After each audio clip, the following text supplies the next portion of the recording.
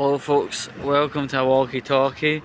I dare believe it would be an emergency walkie talkie for what I'm about to talk about.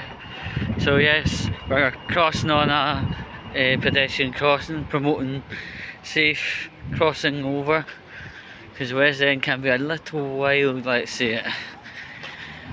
So, I got woke up this morning, I've got news notifications beamed to my phone. And one thing I recognised right away was there had been another graffiti incident at one of University of Glasgow's premises in the West End. Now, when I looked at it with bare naked eyes, no glasses on, I thought, wait a minute. I remember at the top of the year, Youth Demand had poured all sorts of graffiti on windows of a brand new building owned by UOG.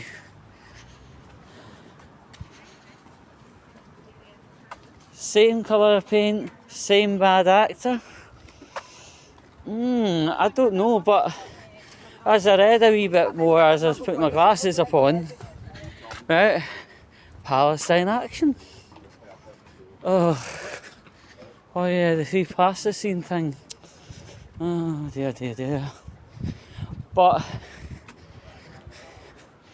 it's already been indicated the amount of damage caused in today's incident is not less than £20,000. Right. Are they students? Yes. Right. We're just getting our way around. Okay. Yeah. There we are. Divest. Like, that building had to shut for the day. Look at the doors. Right? What a fucking mess. Absolutely disgusting.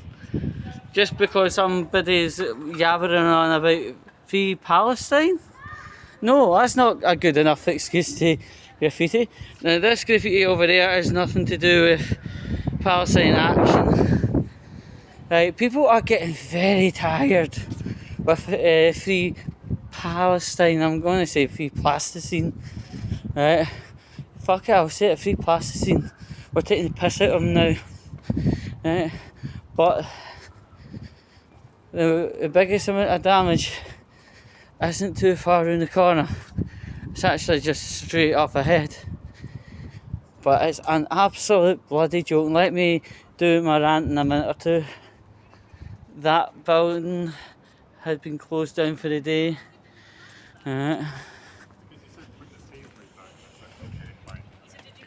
Why do these free Palestine people just go over there into the pub and get absolutely trashed instead of trashing buildings?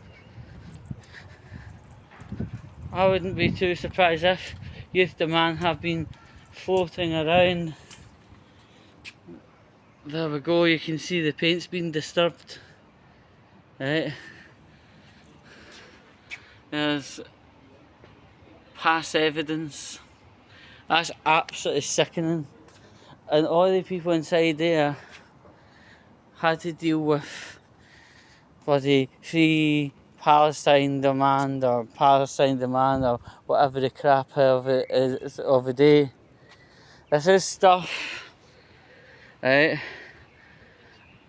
These people are clearly students because they know at this time of year the study year has come to an end. So this is their basically fuck you to University of Glasgow for providing them top-notch education at probably a top-notch price, exactly, and probably laced with a few bursaries here and there, so they're paying next end of fuck all. It's atrocious. University of Glasgow did bring out a statement saying whilst we do promote diversity, inclusivity and equality, acts that hinder our day-to-day business will not be accepted and can be reported to police. It's a kind of usual copy and paste chat GPT kind of reply.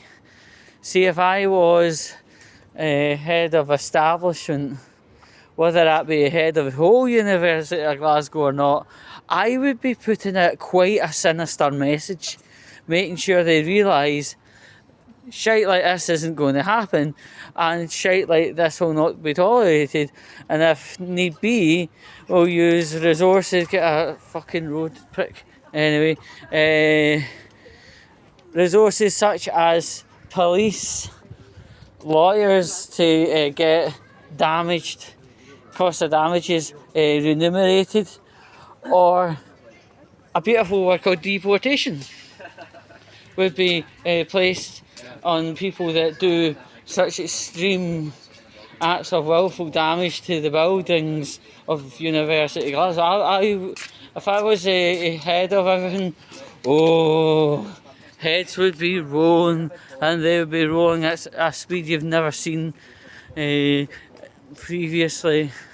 Now, it was a building sort of similar to that got the youth demand treatment up at the top of the year, as in January, right?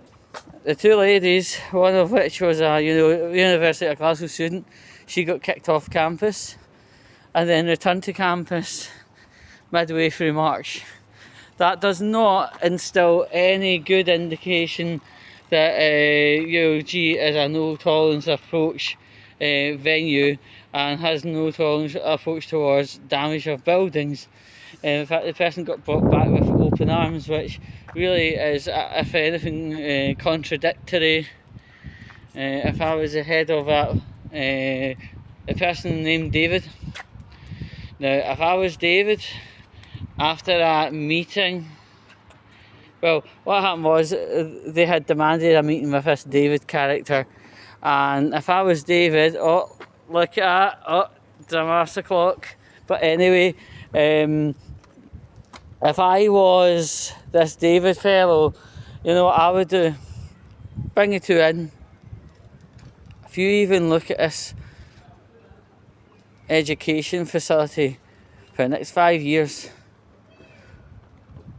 we're going to get you barred out of every education facility. We can network between Glasgow and other universities.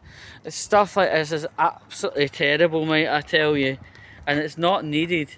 I mean, what benefit would chucking red paint on buildings like that produce? I'll tell you. See, if buildings like that's a sandstone, right? If you graffiti a bit of sandstone, it's very absorbent, and it would need a lot of anti-vandal material put onto it, and anti-vandal chemicals tend to be very, very, very acidic or very, very alkaline, and that would just reduce that sandstone to mush. And are these people happy enough to reduce buildings to mush just because they don't like a situation that's going on northwards of 5,000 miles, almost opposite direction of the planet? Seriously? I mean, I've heard the term social justice warriors, right? But this could actually fucking wreck buildings, and if there's anybody inside, within an amount of time, if the building takes a collapse, people will die. But SJWs and these Palestine action people, they don't care. They're trying to campaign about life through means of destructive behaviour. What fucking melts? And I'm just telling it for the way it is. It fucking melts. In fact, here's a question. See, if I turned up with red paint and went to their champagne socialist houses, would they like it? Would they like me painting their little houses up in Bearsden and Kilmacombe and all the rest of it with red paint? Maybe writing on them, Palestine Demand or fannies, right? Would they like that? I don't really think so. Look at. Aww. I wanted to talk to the crow as well. But anyway, I think I've generally based and covered everything, so I may as well get a wee drink or something, because it's going to be a long night. And unlike these champagne socialists that have never worked a day in their fucking life, let alone even touched universal credit, I have, and I quite enjoy going for quite a hard graft. Right, my job is very physical, right, and I quite enjoy my very physical job, I really do. And yes, I do get my pay at the end of the month, and by the time I take all the rent and the council tax, that's things that champagne socialists don't actually have any knowledge of.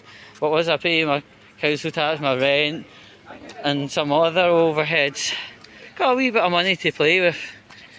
And just as a general summary to the social justice warriors / champagne socialists that have been acting the bam around here, get a job, it'll be good.